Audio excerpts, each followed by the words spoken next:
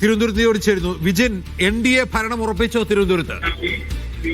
ഭരണം ഉറപ്പിച്ചെന്ന് പറയാം. 39, 20, 15 ഫാത്തിമ തഹ്ലിയ 2273 വോട്ടിന് കുറ്റിച്ചിറയിൽ ജയിച്ച മുസ്ലിം ലീഗ് സ്ഥാനാർത്ഥി. ഇത്രയൊരു വലിയൊരു വിജയത്തിന് കാരണം എന്തായിരിക്കും? കാരണം കേരളം മൊത്തം ഈ വലത്തോട്ട് തിരിഞ്ഞിരിക്കുന്ന ഒരു കാഴ്ചയാണ് നമുക്ക് കാണാൻ സാധിക്കുന്നത്. കൈപിടിച്ച കാഴ്ചയാണ് കാണാൻ സാധിക്കുന്നത്. 100% ഞങ്ങൾ ഏണി വെച്ച് കയറിയിരിക്കുകയാണ്. നിങ്ങൾക്ക് നോക്കിയാൽ മനസ്സിലാകും ആളുകൾ ഒരുപാട് പ്രതിസന്ധികളിലൂടെയാണ് കടന്നു പോകുന്നത്. അവരുടെ ജീവിതം വളരെ ദുരിതമായിക്കൊണ്ടിരിക്കുകയാണ്. കോഴിക്കോട് കോർപ്പറേഷനെ സംബന്ധിച്ചിടത്തോളം ഡീലിമിറ്റേഷൻ അത് വളരെ അടിവരയിട്ടുകൊണ്ട് പറയേണ്ട കാര്യമാണ്. ഇവിടെ പല ആളുകൾക്കും വേണ്ടിയിട്ടാണ് ഇവിടെ ഡീലിമിറ്റേഷൻ ചെയ്തിട്ടുള്ളത്. കുറ്റിച്ചിറയെ സംബന്ധിച്ചിടത്തോളം ജോസ് കെ മാണി സംസാരിക്കുന്നു. രണ്ടിലെ ചിഹ്നത്തിൽ വിജയിച്ചു.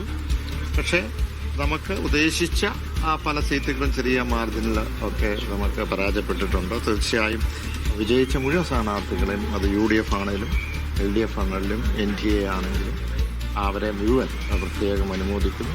ഒരു വലിയൊരു ഹാർഡ് വർക്ക് അവരുടേതുണ്ട്, ആ മുന്നണിയുടെയും ഉണ്ട്. ഏത് മുന്നണിയായാലും തീർച്ചയായും എവിടെയാണോ പരാജയപ്പെട്ട് എവിടെയാണ് വീഴ്ച വന്നത് അത് വളരെ വിശദമായി നമുക്ക് ജില്ലാ പഞ്ചായത്തിൻ്റെയും മറ്റ് പ്രദേശങ്ങളിലെയൊക്കെ വന്നുകൊണ്ടിരിക്കുന്നില്ല. അത് കൃത്യമായി അതിൻ്റെ ഒരു പരിശോധന നടത്തുന്നുണ്ട്. വളരെ ഡീറ്റെയിൽഡ് ആയിട്ട് അതിനെപ്പറ്റി പരിശോധിച്ചിട്ട് എവിടെയാണ് വീഴ്ചയുള്ളത് പരിഹരിച്ച് നമ്മൾ മുന്നോട്ട്. സംസ്ഥാന വ്യാപകമായി ഉണ്ടായ ഒരു ട്രെൻഡിന്റെ ഭാഗമാണ് UDF അനുകൂലമായി ബാധിച്ചത്. അല്ല, പൊതുവേ നമ്മൾ പറയുമ്പോൾ കുറച്ച് ഒരു നമ്മളിപ്പോൾ കഴിഞ്ഞ പ്രാവശ്യം ലോക്സഭ എടുക്കുകയാണെങ്കിൽ ലോക്സഭയുടെ എല്ലാ സീറ്റുകളും നമ്മൾ പരാജയപ്പെട്ടു. എക്സെപ്റ്റ് ഒന്ന് മാത്രമാണ് വിജയിച്ചത്.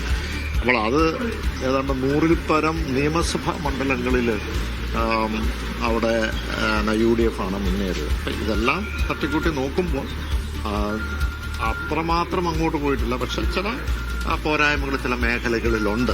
അത് വസ്തുതയാണ്. തീർച്ചയായിട്ടും ഇത് നമ്മൾ LDF കൂടി എന്താണ് എവിടെയാണ് തിരുത്തേണ്ടത് തിരുത്തി മുന്നോട്ട്.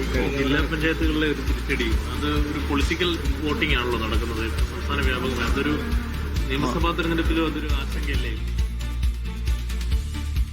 അജിംസ, ഈ പ്രതികരണം കാണുക. ജോസ് കെ മാണി പരാജയത്തെക്കുറിച്ച് പഠിക്കും എന്ന് പറയുകയാണ്. പക്ഷെ കേരളത്തിന്റെ ഒരു പൊതുമനസ് എന്താണെന്ന് പറയുന്ന ഒന്നാണ് ഈ ലോക്കൽ ബോഡി ഇലക്ഷൻ.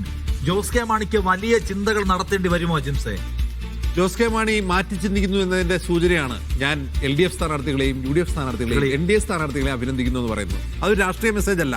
പകരം എന്താണ്, എനിക്ക് പല ഓപ്ഷൻസും ഉണ്ട് ഇനിയും എന്ന് പറയുന്നതിന് തുല്യമാണ്. അതൊരു സാധാരണ ഫോർമൽ മറുപടി ആണെങ്കിൽ പോലും കോട്ടയം പോവാന്ന് പറഞ്ഞാൽ പിന്നെ അവരില്ല, അവരുടെ അസ്തിത്വം ഇല്ലാതാവുകയാണ്. ജോസ് കെ മാണി അപ്പുറത്ത് പോയതിനു ശേഷവും ഇപ്പുറത്ത് UDF ജയിക്കാൻ കഴിയുന്നുണ്ടെങ്കിൽ ഇനി ജോസ് കെ മാണിക്കും വഴങ്ങേണ്ടി വരും. ജോസ് കെ മാണി വേണമെങ്കിൽ ഇങ്ങോട്ട് വരട്ടെ എന്നായിരിക്കും VD സതീശൻ പറയാൻ പോകുന്നത് എന്ന് കാണുക. എന്ന് വെച്ചാൽ ആ നിലയ്ക്ക് പവർഫുൾ ആയി കഴിഞ്ഞിരിക്കുന്നു കോൺഗ്രസിന്റെ നേതൃത്വത്തിലുള്ള UDF എന്നാണ്. RB സനൂപ് തിരുവനന്തപുരത്ത് വീണ്ടും. സനൂപ്, ഗ്രാമപഞ്ചായത്തിന്റെ കണക്ക് അത്ഭുതകരമായ കണക്കാണ്. LDFനെ സംബന്ധിച്ച് അവിശ്വസനീയമായ കണക്കാണ്. എന്താണ് കേരളത്തിന്റെ ടോട്ടൽ പിക്ചർ? ഒരിക്കൽ കൂടി വേഗം. അൻഷാദ്, ഒരുപക്ഷെ UDF പോലും ഈ ഒരു പ്രതീക്ഷ കാണില്ലായിരിക്കും ഗ്രാമപഞ്ചായത്തുകളുടെ കാര്യത്തിൽ. കാരണം പൊതുവെ LDF ആണ് മുന്നിൽ നിൽക്കേണ്ടിയിരുന്നത്. പക്ഷേ ഇവിടെ ഇപ്പോൾ 427 ഉയർന്നിട്ടുണ്ട്. 427 ഗ്രാമപഞ്ചായത്തുകളിൽ UDF ലീഡ് ചെയ്യുകയാണ്. 366 ഗ്രാമപഞ്ചായത്തുകളാണ് LDF ലീഡ് ചെയ്യുന്നത്. നമുക്കറിയാം 2020 337 ഗ്രാമപഞ്ചായത്തുകളായിരുന്നു UDF വിജയിച്ചത്. പക്ഷെ ഇപ്പം ഈ ലീഡ് ചെയ്യുന്നത് തന്നെ 400 കടന്ന് 427 എത്തിയിട്ടുണ്ട്. ബ്ലോക്ക് പഞ്ചായത്തിലായാലും വ്യക്തമായിട്ടുള്ള മുന്നേറ്റമാണ് UDF നടത്തുന്നത്. 84 ബ്ലോക്ക് പഞ്ചായത്തുകളിൽ UDF മുന്നിലാണ്. 56 ഇടത്ത് മാത്രമാണ് LDF മുന്നിലുള്ളത്. ജില്ലാ പഞ്ചായത്തുകളുടെ കാര്യം പറയുകയാണെങ്കിൽ ഇഞ്ചോടിഞ്ച് പോരാട്ടം നടക്കുകയാണ്. UDFും LDFും ഒരേപോലെ 7 എന്ന നിലയിലാണ് അവിടെ നിൽക്കുന്നത്. നഗരസഭകളുടെ കാര്യത്തിലായാലും വ്യക്തമായിട്ടുള്ള മുന്നേറ്റം UDFിനുണ്ട്. 55 മുനിസിപ്പാലിറ്റികളിൽ UDF മുന്നിട്ട് നിൽക്കുമ്പോൾ 27 മാത്രമാണ് LDF നിൽക്കുന്നത്. 4 കോർപ്പറേഷനുകൾ UDFിന്റെ ലീഡ് ചെയ്യുകയാണ്. ഒരു കോർപ്പറേഷൻ LDFിലും ഒരു കോർപ്പറേഷൻ BJPയും ലീഡ് ചെയ്യുകയാണ്. ശരി.